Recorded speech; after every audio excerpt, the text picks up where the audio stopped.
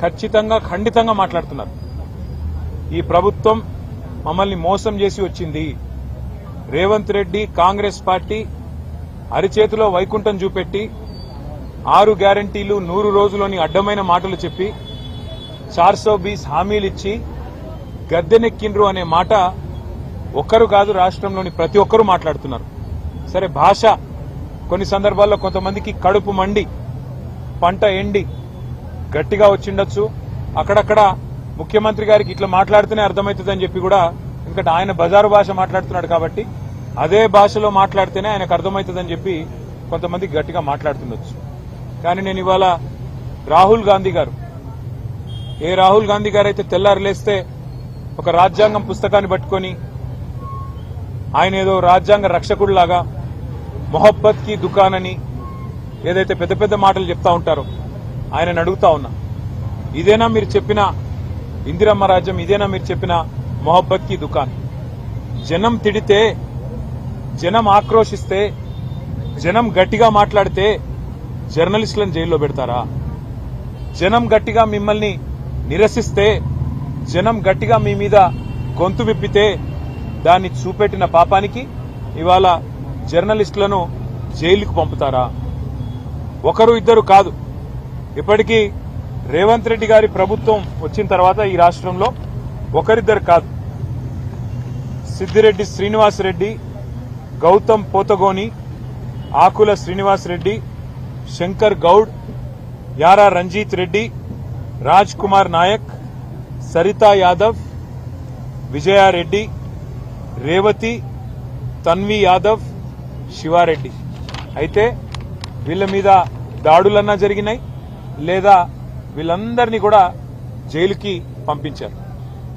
ఇంత నికృష్టంగా కేవలం ప్రభుత్వం మీద ఉన్న అసహనం ఏదైతే ప్రజల్లో ఉందో, ప్రభుత్వం మీద ఉన్న అభిప్రాయం ఏదైతే ప్రజల్లో ఉందో దాన్ని అక్కడ మెయిన్ స్ట్రీమ్ మీడియా పట్టించుకోవట్లేదు కాబట్టి, ప్రధాన మీడియాని రేవంత్ రెడ్డి గారు మేనేజ్ చేస్తున్నారు కాబట్టి, వాళ్ళు చూపెడతలేరు కాబట్టి ప్రజలు ప్రత్యామ్నాయ మీడియా అయిన డిజిటల్ మీడియాలో తమ ఆక్రోశాన్ని వెలగక్కితే, రేవంత్ రెడ్డి భాషలోనే రేవంత్ రెడ్డికి ఆయన స్థానాన్ని గుర్తు చేస్తే ఇవాళ ఈ రకంగా మాట్లాడడం అనేది, ఈ రకంగా జర్నలిస్టులను జైల్లో పెట్టడం అనేది ఎంతవరకు మంచిదో ఆయన కూడా ఆలోచించుకోవాలి. ఎందుకంటే ఈరోజు వీళ్ళకి జరిగింది రేపు తప్పకుండా కాంగ్రెస్ నాయకులకు, కాంగ్రెస్ కార్యకర్తలకు కూడా జరుగుతుంది.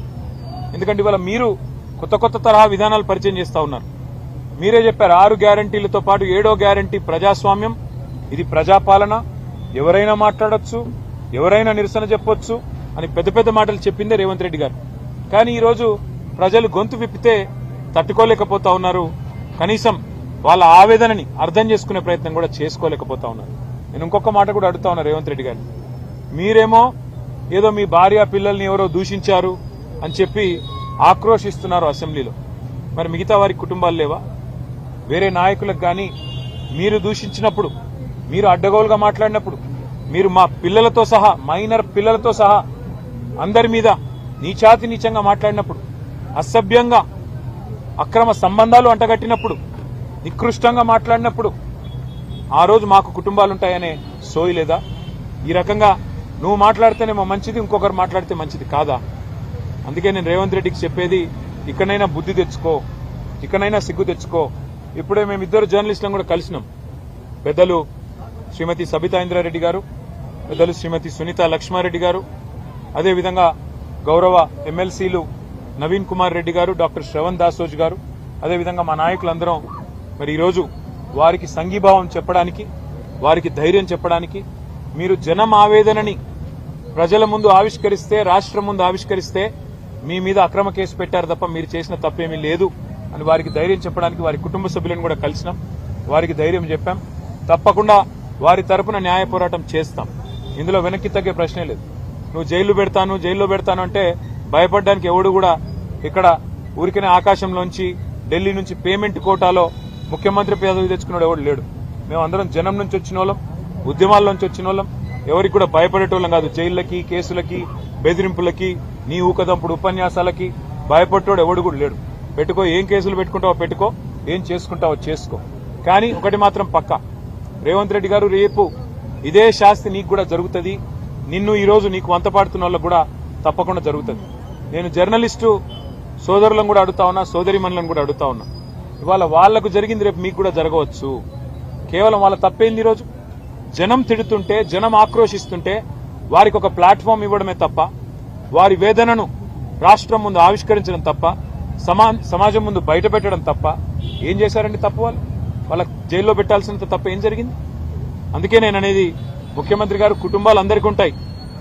ముఖ్యమంత్రి గారు గుర్తుపెట్టుకోండి, మీరిచ్చిన హామీలు అమలు చేసేదాకా ఖచ్చితంగా ప్రశ్నిస్తూనే ఉంటాం, ఖచ్చితంగా నిలదీస్తూనే ఉంటాం.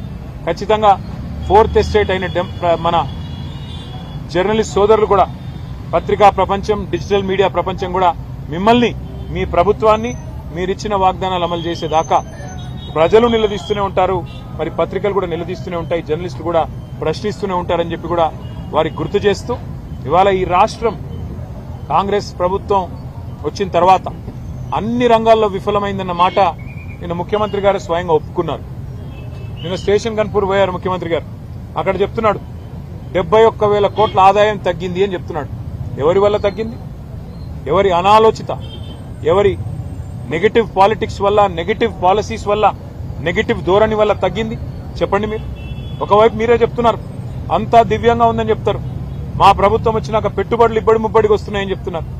ఇంకోవైపు మీరే చెప్తున్నారు మా ప్రభుత్వం వచ్చినాక రైతులు సంతోషంగా ఉన్నారు, రుణమాఫీ చేసినాం, అగ్రికల్చర్ బాగుందని చెప్తున్నారు. మరొక వైపు మీరే చెప్తా ఉన్నారు రియల్ ఎస్టేట్ రంగం బాగుంది, అంతా బాగుంది, ముఖ్యమంత్రి గారు 18 గంటలు పనిచేస్తున్నారని డబ్బా కొడుతున్నారు. మరి అంతా బాగుంటే 71,000 కోట్ల ఆదాయం ఎట్లా తగ్గింది?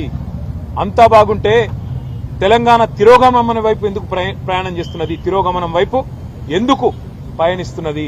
దీనికి సమాధానం ఉందా? తెలంగాణ రైజింగ్ అంటూ హోర్డింగ్లు, కానీ ఈ Telangana rising, Telangana is falling అని ముఖ్యమంత్రి స్వయంగా నిన్న అప్రూవర్ అయినాడు, కన్ఫెషన్ ఇచ్చినాడు.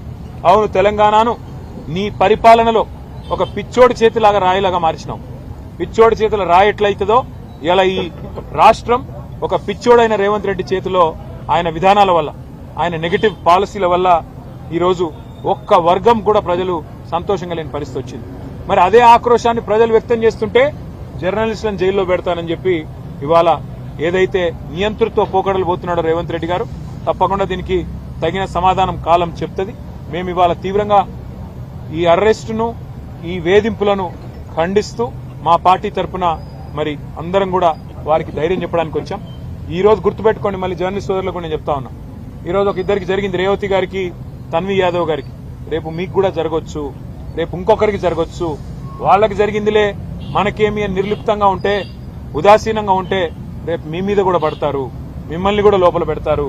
కాబట్టి దయచేసి ప్రజాస్వామిక స్ఫూర్తిని కాపాడే విధంగా రాహుల్ గాంధీకి, ఆయన పార్టీకి ప్రజాస్వామ్య లక్షణాల్ని మళ్ళీ గుర్తు చేసే విధంగా దయచేసి మీడియా కూడా గొంతు విప్పాలని చెప్పి కూడా మేము మిమ్మల్ని కోరుతూ, ఇప్పుడు పెద్దలు అక్క సబిత గారు మాట్లాడుతున్నారు.